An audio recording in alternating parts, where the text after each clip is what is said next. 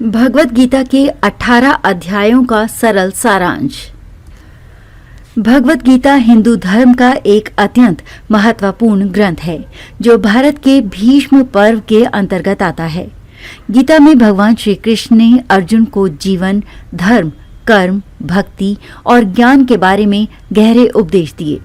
गीता के 18 अध्यायों में विभिन्न जीवन के पहलुओं को समझाया गया है। यहाँ हम गीता के 18 अध्यायों का सरल सारांश प्रस्तुत कर रहे हैं। अर्जुन विषाद योग। अर्जुन का शोक।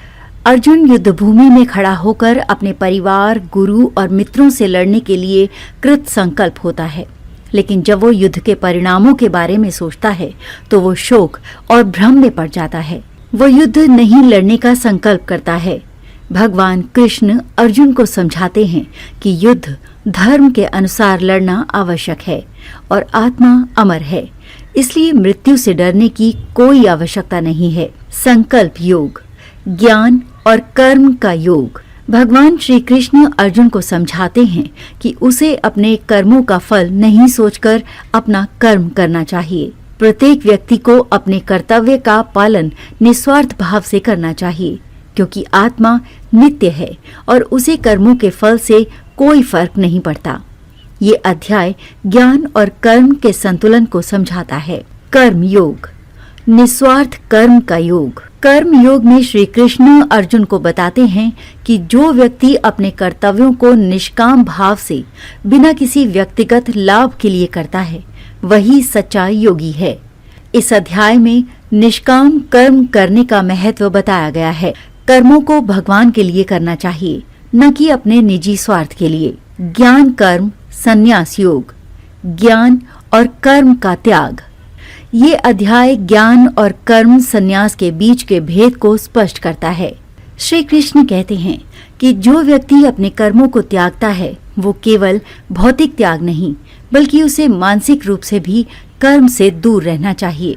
साथ ही बिना ज्ञान के कर्मों का त्याग निरर्थक होता है। ज्ञान और कर्म का संतुलन ही सच्चे योगी का मार्ग है। कर्म संन्यास योग। कर्मों का त्याग।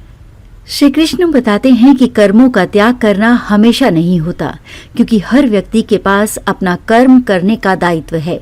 संन्यास का अर्थ ये नहीं है कि व्यक्ति सभी कार्यों से दूर भाग जाए, बल्कि इसका मतलब है कि व्यक्ति अपने कर्मों को निस्वार्थ भाव से और बिना किसी मोह के करे। ज्ञान योग। योग का ज्ञान।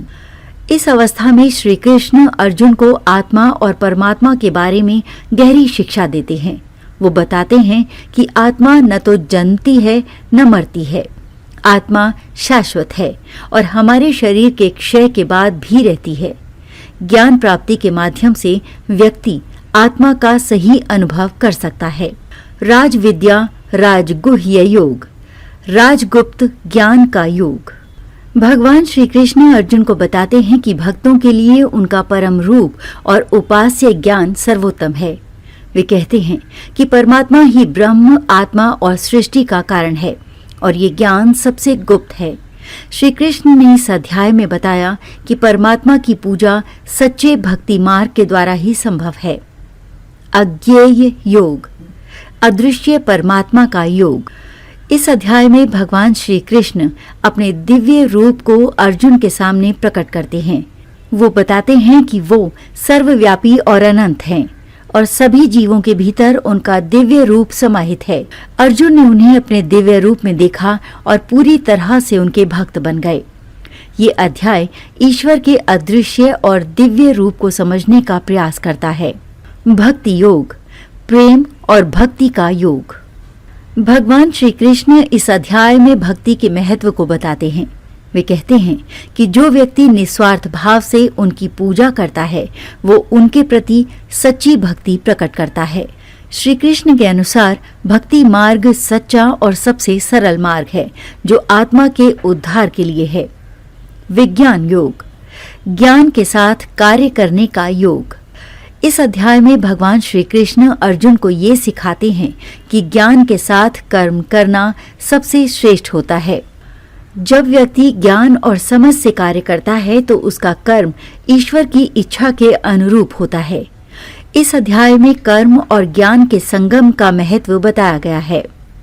विश्वरूप दर्शन योग, विश्वरूप दर्शन का योग। भगवान श्री कृष्ण इस अध्याय में अर्जुन को अपना विशाल दिव्य रूप दिखाते हैं, जिसमें वे समस्त सृष्टि और ब्रह्मांड का प्रतिनिधित्व करते हैं। अर्जुन ने भगवान के इस अद्वितीय रूप को देखा और उन्हें पूरी तरह से प्रणाम किया। ये अध्याय भगवान के परम दिव्य रूप की उपासना और उनके अद्वितीय अस्तित्व को समझाने के लिए है। क्षेत्र क्षेत्रज्ञ विभाग योग, क्षेत्र और क्षेत्रज्ञ का भेद। ये अध्याय शरीर और आत्मा के भेद को समझाता है। श्री कृष्ण बताते हैं कि शरीर को क्षेत्र कहा जाता है, जबकि आत्मा को क्षेत्रज्ञ अर्थात जानने वाला कहा जाता है। आत्मा हमेशा स्थिर रहती है, जबकि शरीर में परिवर्तन होते रहते हैं। इस ज्ञान को प्राप्त करके व्यक्ति आत्मा की सच्चाई को पहचान सकता है। गुण त्रय विभाग योग, गुणों का विभाग। भगवान श्री कृष्ण इस अध्याय में सतत्व, रजस और तमस गुणों के बारे में बताते हैं। इन तीनों गुणों का प्रभाव हमारे जीवन, मानसिकता और कर्मों पर पड़ता है। श्री कृष्ण बताते हैं कि व्यक्ति को सतत्व गुण की ओर अग्रसर होना चाहिए, जो ज्ञान, शांति और संतुलन का प्रतीक है। पुरुषोत्तम योग, श्रेष्ठ पुरुष का योग। इस अध्याय में श्री कृष्ण परमात्मा के सर्वोत्तम रूप के बारे में बताते हैं। वो कहते हैं कि वो ही ब्रह्म, आत्मा और परमेश्वर हैं। सभी जीवों के लिए उनके अंदर परम ज्ञान और शक्ति है। ये अध्याय परमात्मा के श्रेष्ठ रूप को जानने और उसकी पूजा करने के महत्व को बताता है। दैवासुर संपद विभाग योग, दैवी और असुरी गणों का भेद। भगवान श्री कृष्ण इस अध्याय में दैवी और आसुरी गुणों के बारे में बताते हैं। दैवी गुणों वाले लोग सत्य, अहिंसा और शुद्धता की ओर बढ़ते हैं, जबकि असुरी गुणों वाले लोग अहंकार, क्रोध और अज्ञान में फंसे रहते हैं। श्री कृष्ण कहते हैं कि जो व्यक्ति दैवी गुणों से संपन्न होता है, वो आत्मा के परम लक्ष्य को प्राप्त करता है। श्रद्धा त्रय विभाग योग, श्रद्धा के प्रकार। इस अध्याय में भगवान श्री कृष्ण श्रद्धा के 3 प्रकारों को बताते हैं, सतत्व, रजस और तमस। ये 3 प्रकार की श्रद्धाएं व्यक्ति के गुणों और मानसिक स्थिति के आधार पर होती हैं। श्री कृष्ण कहते हैं कि श्रद्धा का उद्देश्य केवल भगवान के प्रति भक्ति और सच्ची पूजा होनी चाहिए। मोक्ष संन्यास योग, मुक्ति और संन्यास योग। गीता के अंतिम अध्याय में श्री कृष्ण अर्जुन को उपदेश देते हैं कि अपने कर्मों का निष्काम भाव से पालन करते हुए वो परम मुक्ति को प्राप्त कर सकते हैं। संन्यास और कर्म के सही मार्ग को समझाते हुए श्री कृष्ण कहते हैं कि जो व्यक्ति अपने कर्तव्यों को सही ढंग से निभाता है, वही सच्चा योगी है और उसे मोक्ष प्राप्त होता है। निष्कर्ष, भगवत गीता के 18 अध्यायों में श्री कृष्ण ने जीवन के विभिन्न पहलुओं पर विस्तार से उपदेश दिए हैं। गीता हमें ये सिखाती है कि जीवन के कष्टों और संघर्षों में हमें अपने कर्मों को बिना किसी आसक्ति के धर्म के अनुसार करना चाहिए। भक्ति, ज्ञान और कर्म का संतुलन ही जीवन को सही दिशा देता है और हमें परमात्मा से मिलाने का मार्ग दिखाता है।